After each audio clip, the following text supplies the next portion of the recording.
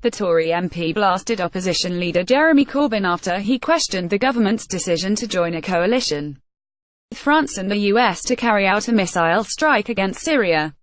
Syria's brutal dictator is suspected of having authorized the use of chemical weapons during an attack on the city of Douma on April 7, which prompted a strong reaction from the three Western countries.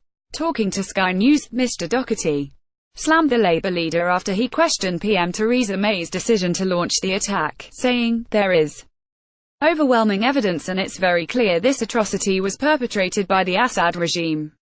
There is intelligence sensitivity and timeliness to all this. What has been very disappointing from the Labour side over the weekend has been Jeremy Corbyn's questioning of the legal basis of this.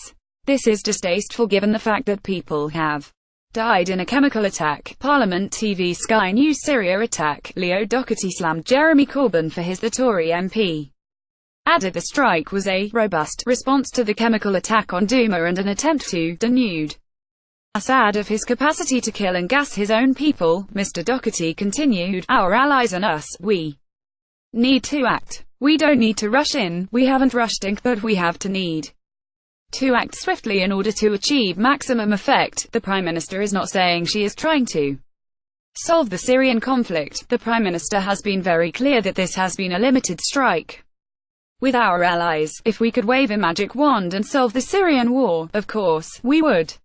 What this strike is about is the specific issue of chemical weapons, and for the Labour Party to say that because it isn't perfect we shouldn't take action over the chemical weapons is frankly the language of the useful idiot. This is distasteful given the fact that people have died in a chemical attack. Leo Docherty speaking during an emergency parliamentary debate. Mr. Corbyn claimed Mrs. May's decision to launch a missile strike on Syrian chemical weapons factory was legally questionable. He said, "I believe the action was legally questionable," and on Saturday the UN Secretary-General said as much, reiterating that all countries must act in line with the UN Charter. But Mrs. May hit back at the leader of the opposition, saying, "United Nations Security Council mandated inspectors have investigated previous attacks and on 4 occasions decided that the regime was indeed responsible. We are confident in our own assessment that the Syrian regime was highly likely responsible for this attack and that its persistent pattern